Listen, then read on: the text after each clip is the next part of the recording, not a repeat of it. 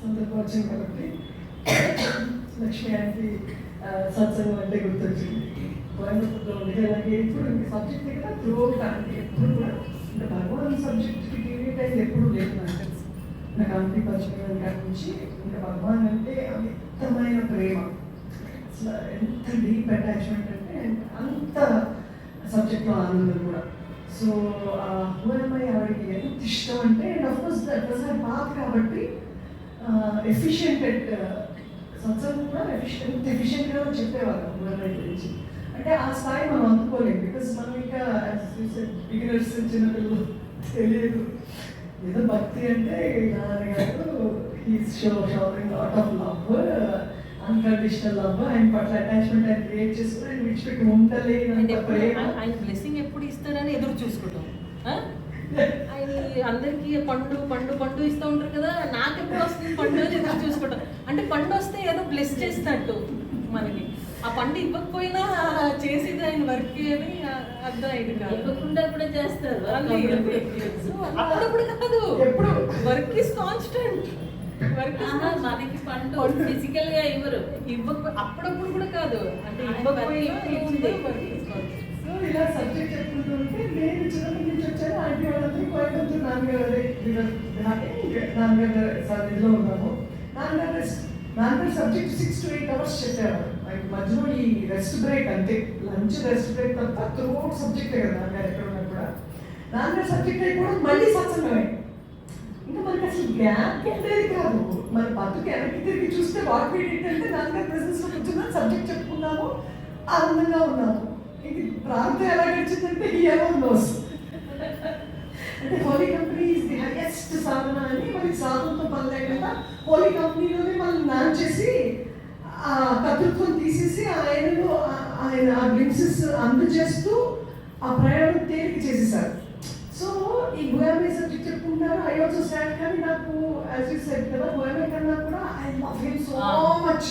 ఇంకా నాకేం కనపడదు, ఇంకా నాకంటే తప్ప నాకు ఇంకేమి వినపడదు కనపడదు. ఆ లవ్లోనే జీవించేస్తూ ఉంటాను. సో ఎక్కడికైనా ఏం చేస్తూ ఉన్నా ఆయన లవ్ తప్ప నాకేమీ స్మృతికి కూడా రాదు. అంటే సో ఆయన ఇమర్స్డ్ ఇన్ హిస్ లవ్. ఇంకా హూఎంఐ కూడా లేదు. సో అప్పుడు భక్తి కరెక్టే, కానీ భక్తి కూడా మళ్ళీ జీవుడికే కదా, అహంకారానికే మళ్ళీ భక్తి కూడా. ఎప్పటికైనా మనం హూఎంఐ అది ప్రశ్నించాలి, అప్పుడు అది రివర్ట్ అవుతుంది, అప్పుడు నువ్వు సోర్స్లోకి వెళ్ళిపోతావు. అంటే నువ్వు సోర్స్ లవ్ కూడా సోర్స్లో నుంచే వస్తున్నట్టు దాని అనుభూతి కదా చెందుతున్నాము అంటే చెందేది మళ్ళీ ఈగో కాబట్టి ఈగోని ప్రశ్నించవలసిందే అన్నారు, విచ్ ఇస్ ట్రూ, 100% అది ట్రూత్. కానీ నాకు ఆ టైంలో అంత మెచ్యూరిటీ లేదు. సో నేను అంటే నాకు ఆ మెచ్యూరిటీ సరిపోదు, but I'm happy and wishful in where I am. So బహుశా ఈ పాత్రలో ముందుకెళ్ళగా అది దానితో తెలియబడుతుందేమో. ప్రత్యేకం మళ్ళీ ఈ ఎంజాయర్ని తీసేయాలి అనేది ఒక స్టేజ్ రావాలి అది అయిపోయింది. అంటే అలా కాదు, ఎస్కేప్ అవ్వకూడదు, అట్లాగా ఆ మనసు ఎస్కేప్ చేస్తూ ఉంటుంది, దాన్ని ప్రశ్నిస్తే అది వెనక్కి వెళ్ళిపోతుంది అనేసరికి అంటే పర్వాలేదు మీరు సత్సంగం చెప్పేసుకోండి అని చెప్పి బయటకు వచ్చాను. Because for me that so much, అంటే ఎంత ప్రాణానికి ఇష్టం అంటే దానికి రెండు కనపట్లేదు. ఈ ఆనందంలోనే జీవితం వెళ్ళిపోతుంది కదా, ప్రశ్నించడానికి ఎవరు ఉన్నారు అసలు, ఆయన ఆనందమే కదా పొందుతున్నారని బయట కూర్చున్నాను. కళ్ళకి నీళ్ళు వచ్చేస్తున్నాయి.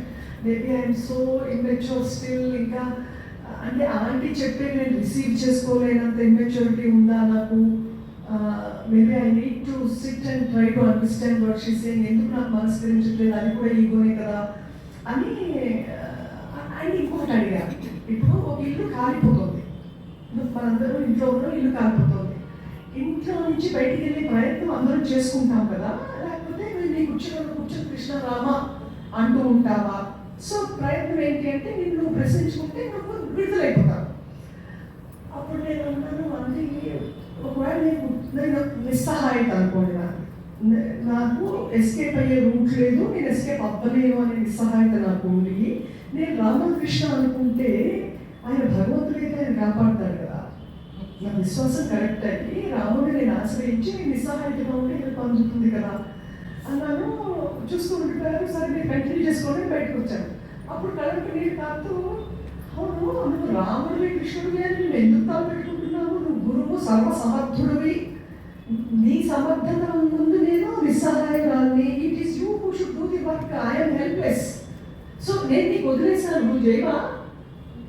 నీకు వదిలేస్తే నువ్వు చేయవా? నీ do I need to make an effort అని ఏడుస్తున్నా దుఃఖంతో.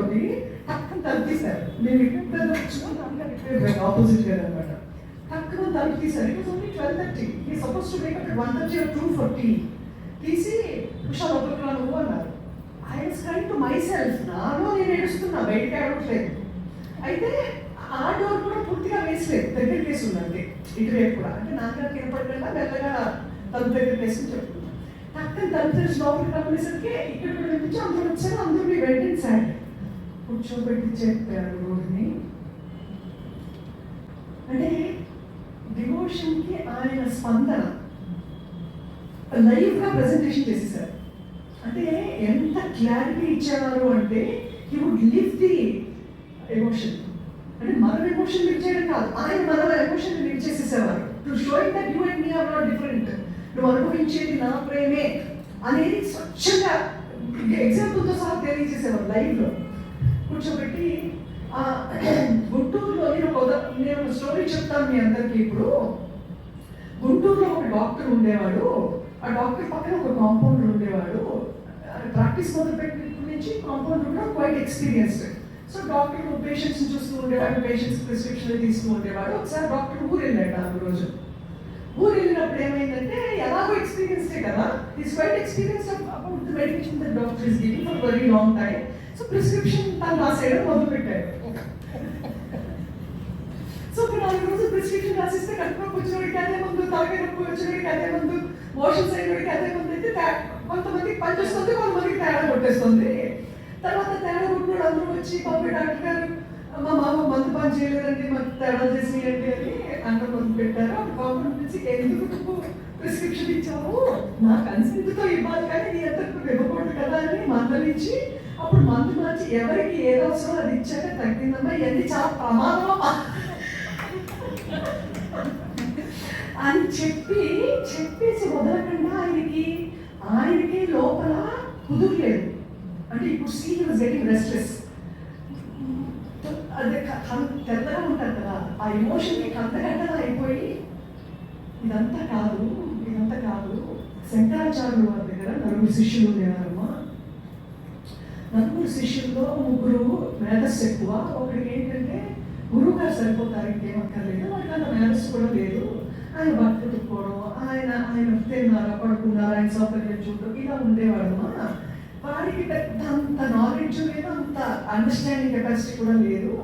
సో వాడేదో భక్తి తిప్పుకుంటూ ఆలస్యం చేస్తే వీళ్ళు వాడు వద్దు, వాడికి అలా అర్థమవుతాను అని చెప్పి మీరు పాఠం మొదలు పెట్టండి అంటే అప్పటికప్పుడు సడన్గా ఆయన హృదయంలో ధైర్యం కలిగిందమ్మా.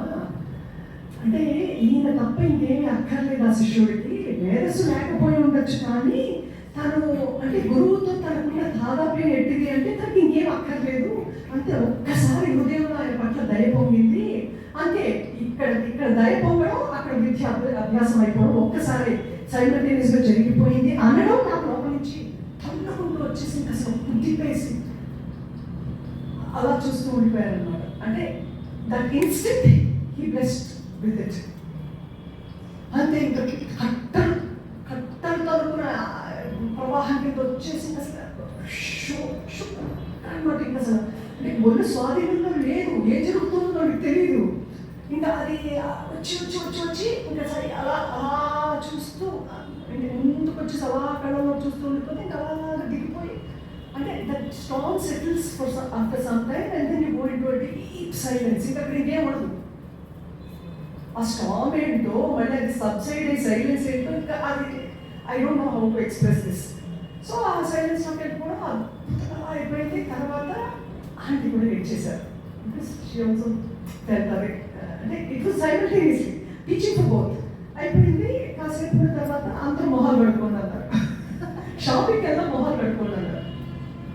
షాపింగ్ ఏంటి ఈ టైంలో? మొదలుగా అది చెప్పి చేయవలసిందే. నాకు I don't want to move out of the silence. ఇప్పుడు అసలు వ్యవహారం ఎందుకు just want to remain here అలా ఉండిపోతే నువ్వు కూడా ఏదో మొహం కడుక్కున్నా షాపింగ్కి వెళ్దాం మనం అన్నారు. అంటే నాన్నవి సో ప్రాక్టికల్. నువ్వు సైలెన్స్లో నుంచి నువ్వు వ్యవహారం బయటికి తీసుకొస్తే అది ట్రూ సైలెన్స్ కాదు. So he wants you to know that even in midst of 1000 people or shopping mall నువ్వు డాన్స్ ప్రోగ్రామ్లో ఉన్నావుతో సంబంధం లేదు. సైలెన్స్ ఈ silence because that is your natural state. So తీసుకెళ్ళాను, సైలెన్స్ ఏం పోవడం లేదు, అలాగే ఉంది, హాయిగా ఉంది.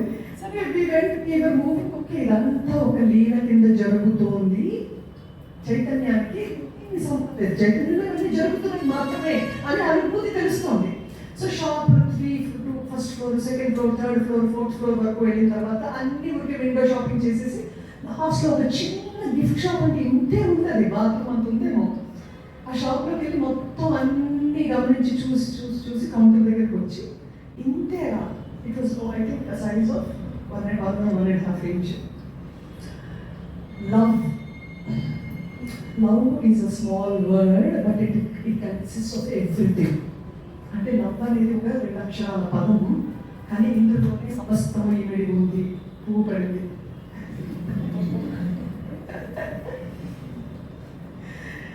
అది దిస్ ఈజ్ ఇనఫ్ అమ్మా. అది ఇది కుదరని వాళ్ళు ప్రయత్నాలు సాధనలు చేయాలి. Love is enough. Love is what will finish everything అని లక్ష్మణ్కి గిఫ్ట్ ఇచ్చి ఈ సత్సంగంలో పెట్టి దీన్ని బేస్ చేసుకుని సత్సంగం చెప్పాలి అన్నారు. సో అదైపోయింది. ఇంకొక సందర్భంలో ఫినిష్ విత్ ఈ ఉదాహరణతో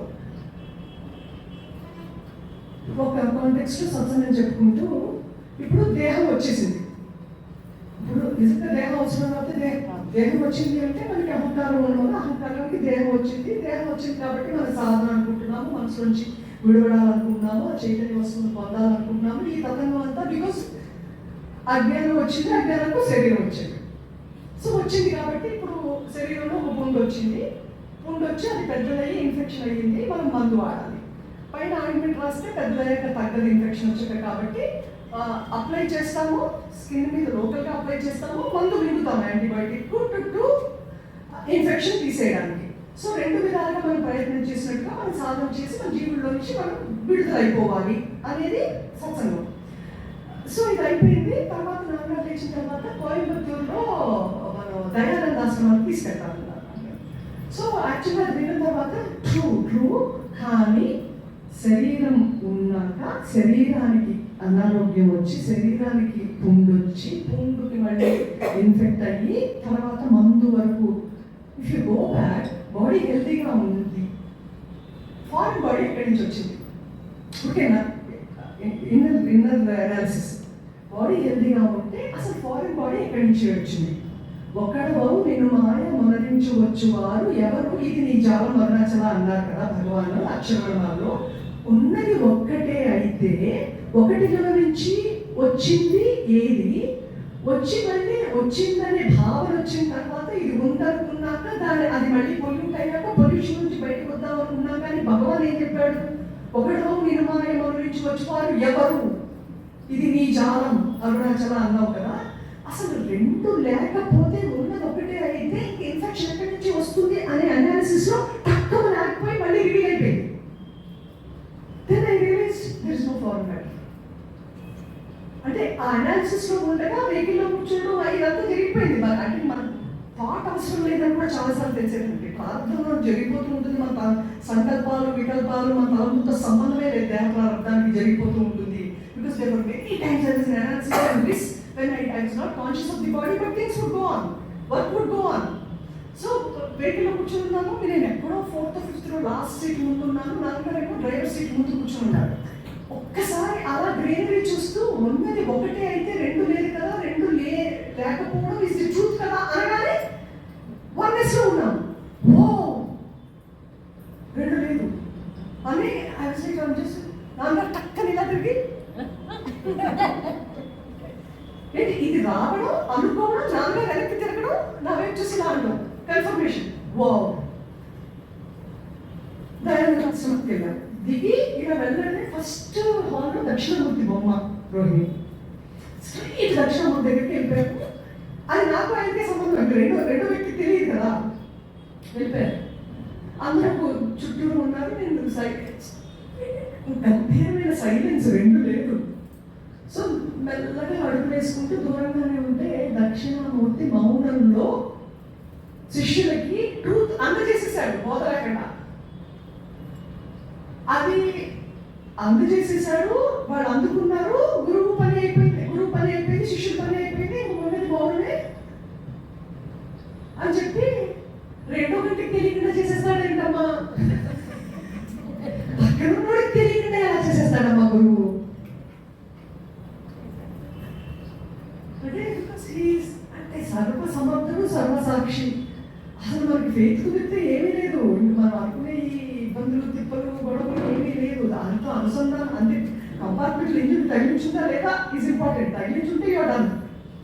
సో అంటే surrender is the most beautiful path, enquiry is also most beautiful path. ఎవరి మనసుకి ఏది అంటే మన బహుజన్మలుగా మనం ఏదో ఒక ప్రాక్టీస్లో ఉండొస్తాం కాబట్టి ఆ ప్రాక్టీస్కి మన మనసు అట్రాక్షన్ కలుగుతుంది. And every path is beautiful.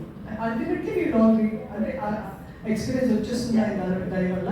అయితే గురువు హోలీ కంపెనీలో ఏంటి అంటే మనకి అసలు శ్రమ లేకుండా, వర్క్ లేకుండా he has bestowed us with the highest bliss. And as you said, thank you is again, thank you and the word is too small, but we have nothing else to say.